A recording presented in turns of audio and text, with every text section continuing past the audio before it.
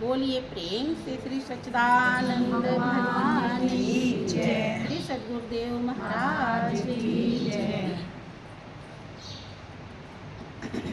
इसी बात की पुष्टि भगवान राम ने काकभूषण जी के सामने भी किया है। वो कहते हैं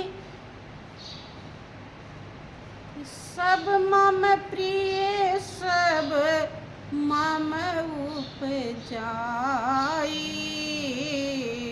और सब ते अधिक मानुज मोहि भाई। काकभूषण जी सभी को मैंने बनाया है, सभी को मैंने उपजाया है।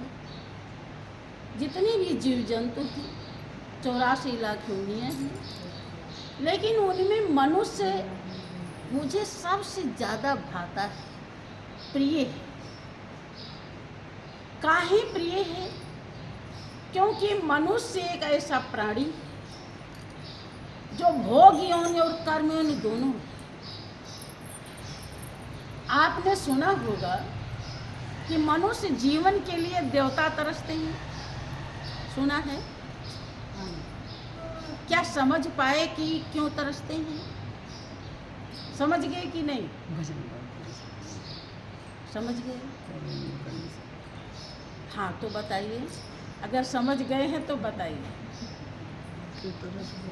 हाँ कि क्यों तरसते हैं? सुनते तो रहते हैं ना, लेकिन तरसते क्यों हैं? तरसने का मतलब है चाहो फिर भी ना मिले, उसे कहते हैं तरसना। और चाहो तो मिल जाए फिर क्या तरसना है? भाई कुछ बहाने होती हैं, घर में व्यवस्था नहीं है, कोई जेवर जेवरात पहनना चाहती हैं, लेकिन घर में पैसा नहीं है। मन उनका तरस रहा है कि ये वाला जेवर हम भी ले लेते, शादी में पहनते। उस बात की शादी होने वाली है, लेकिन देख रही कि पति जी तैयार नहीं हो रहे, बनवाने के लिए परेशान हो रही है, रोज कहती है लेकिन सुनते नहीं और बनवाए ही नहीं, कहती रह गई। इसे कहते हैं तरस। अब जब बहुत दिल लगाया लेकिन नहीं बनवाया, इच्छा पूर्ण नहीं हुई। ऐसे ही देवता तरसते हैं, वो चाहते हैं कि हमें मनुष्य की जिंदगी मिल जाए, लेकिन उन्हें मिलता नहीं। इसे कहते हैं तरस। अब आपको मिलना है कि मिला हुआ है? मिला हुआ है। अब आज ये समझ लीजिए कि देवता तरसते क्यों हैं, इसका क्या कारण?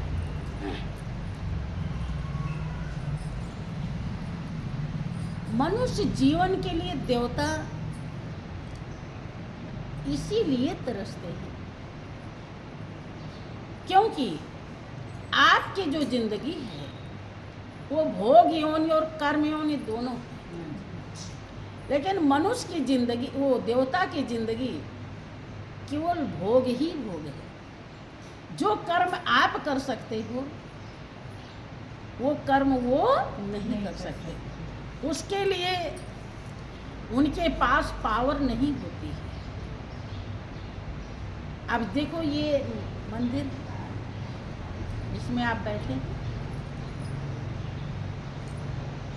अगर मंदिर में दीपक न जले तो मंदिर की शोभा चली जाती है, फिर वो मंदिर नहीं बनेगा। अब यहाँ पर आप आते हो, आपको पता है कि इस मंदिर में ये देवता है, देवता की मूर्ति स्थापित है और वो देवता समर्थवान है।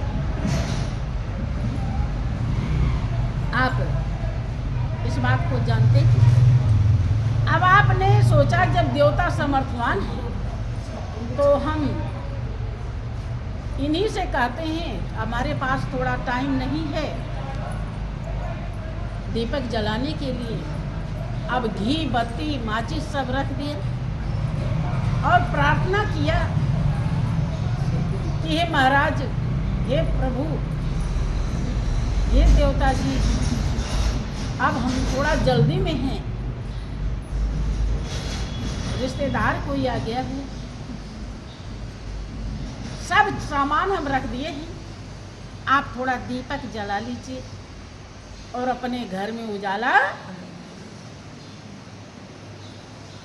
तो क्या वो कर लेंगे? नहीं कर सकते, पूरे जिंदगी भर नहीं करेंगे वो। जबकि आप उनकी पूजा उन्हें अपने से कमजोर समझ के करते हैं कि बलवान समझ के? बलवान समझ, शक्तिशाली। इतनी शक्ति होते हुए भी वो अपने घर में उजाला नहीं कर सकते। कौन करेगा? मनुष्य। आप ही जाएंगे तो वहाँ पर दीपक जलाएंगे, मंदिर को सजाएंगे, फूल माला चढ़ाएंगे। आप सोचें कि देवता को हम कुछ खिलाना चाहते हैं तो खीर सबको ज़्यादा पसंद आती है, खीर खिलाएंगे। वहाँ पे सब सामान रख दीजिए, लेकिन फिर भी खीर आप ही को बनाना पड़ेगा। खीर बना के भोग लगा दें तो बास तो लग ले सकते हैं, भाव से भोग तो लगा सकते हैं, लेकिन बना बात समझ में आई? यही कारण है कि मनुष्य जिंदगी के लिए देवता तरसते हैं। आप लोग भगवान राम को मानते हैं? मानते हैं ना? हाँ, इतना जरूर है कि राम को मानते हैं, राम की नहीं मानते।